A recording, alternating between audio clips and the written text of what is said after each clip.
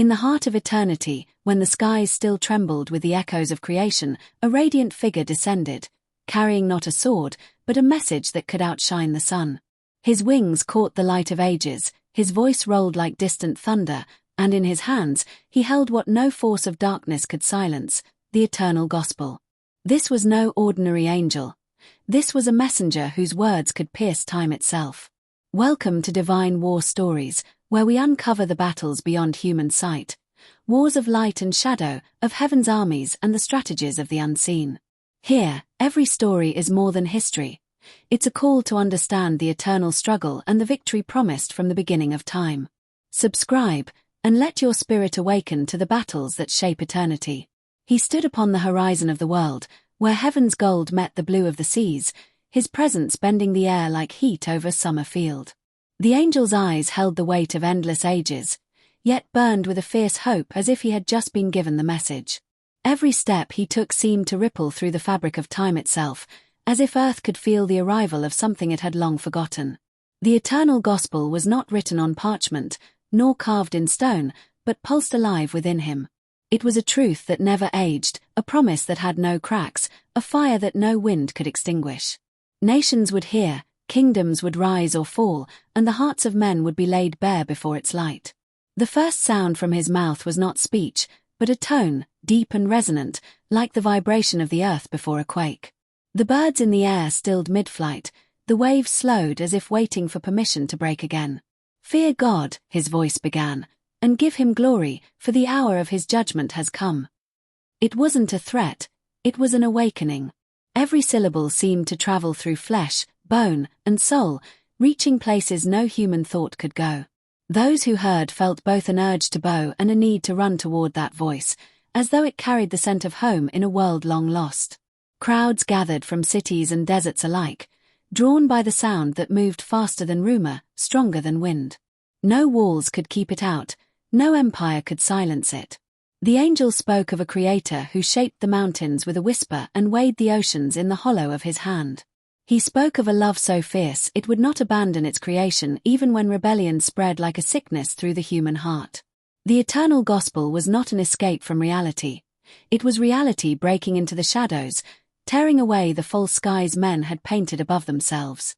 Some trembled, not because of the angel's majesty, but because the words stripped away the illusions they had worn for years. Kings felt small, merchants felt empty, and warriors felt fragile under the gaze of heaven's truth. The eternal gospel revealed the true map of history, one that showed the rise and fall of empires not as accidents, but as the movements of an unseen hand guiding the course of time toward a final chapter. This was a story bigger than any crown, stronger than any army, and it had been written before the first star was lit. But not all welcomed it. Among the listeners were those whose power depended on keeping the world asleep. They whispered to each other in panic, their eyes darting like hunted animals. They could feel the angel's words shaking the foundations of their kingdoms built on fear and lies. The eternal gospel was a sword that did not cut flesh but separated truth from deceit, exposing the fragile scaffolding of human pride. And yet, even those who resisted could not unhear it. The seed had been planted, and heaven's rain would fall in its time. In the marketplace, an old woman lifted her head, tears streaming down her weathered face as the angel spoke of a shepherd who had not forgotten even the weakest of his sheep. A child, clutching a piece of bread, looked at the glowing figure as if he recognized him from a dream. The angel's presence erased the division between rich and poor, free and slave, powerful and powerless. All were equal before the weight of the eternal gospel. The ground itself seemed to hum under their feet, as if creation was rejoicing that the truth was being spoken aloud again. The angel's wings did not simply move with the wind, they commanded it. Each feather shimmered with colors not found in human language, hues that seemed to tell their own stories of battles fought and won in realms unseen. His voice carried the gravity of judgment, but also the gentleness of a healer's hands. It was the perfect balance of power and mercy, like a storm that brings both thunder and rain to heal the earth. Every listener knew this was not a message of doom, but of decision, a chance to turn before the night closed in. Travelers from distant lands took the news back to their people, their voices carrying an echo of the angel's power. It spread faster than merchants' goods, faster than soldiers could march, faster even than fear itself. This was not propaganda. This was not rumor. This was the eternal gospel, and it belonged to no kingdom but heaven's. Wherever it went, it lit fires in the hearts of the weary and cracked the armor of the arrogant. It was the kind of news you could not simply forget, it demanded an answer. In the nights that followed, dreams were filled with visions of the angel's eyes, his words replaying with a clarity no human memory could produce. Farmers awoke with tears on their cheeks, merchants found themselves questioning the fairness of their scales, rulers stared into the dark wondering if their thrones were worth the price of their souls. The eternal gospel was not confined to daylight. It chased men into their sleep, urging them toward a choice that would shape their eternity. Still, the angel did not stay in one place. His mission was to touch every nation, every tongue, every tribe. He moved like lightning across the horizon, leaving behind not ruins, but hope. Some tried to follow him physically, but they found that it was not his steps they needed to chase, it was the message he carried. And so, the eternal gospel began to weave itself into songs, into prayers, into whispered confessions under starlit skies. The world would never be the same again. If you are enjoying this video, please like, subscribe and hit the notification bell to help this channel reach more people. Now let's continue. The angel crossed mountain ranges where the air was thin and silence ruled, yet even there the eternal gospel rang clear. Shepherds paused mid-step, their flocks gathering close as if they too sensed the gravity of his words. In valleys shadowed by centuries of bloodshed, the message broke through like dawn after a long winter. This was not a gospel bound to comfort zones. It sought the broken, the forgotten, the outcasts hiding in caves of despair. And wherever it touched, it left behind a strange mixture of trembling and joy, the trembling of a soul seeing its own truth, and the joy of knowing it was still loved beyond measure. The angel's message was not just for the devout or the curious.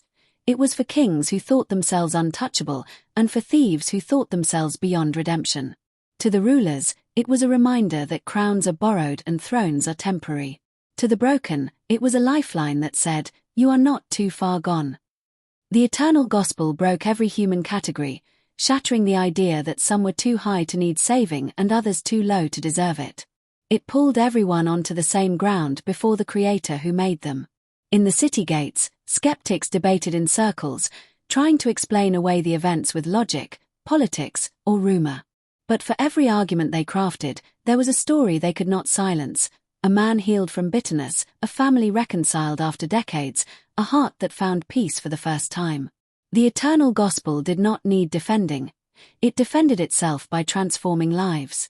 The angel did not argue. He simply moved on, carrying the message to the next place, knowing the seed would grow without him standing guard over it. On the shores of distant seas, fishermen dropped their nets mid-haul, eyes fixed on the horizon where light seemed to dance unnaturally.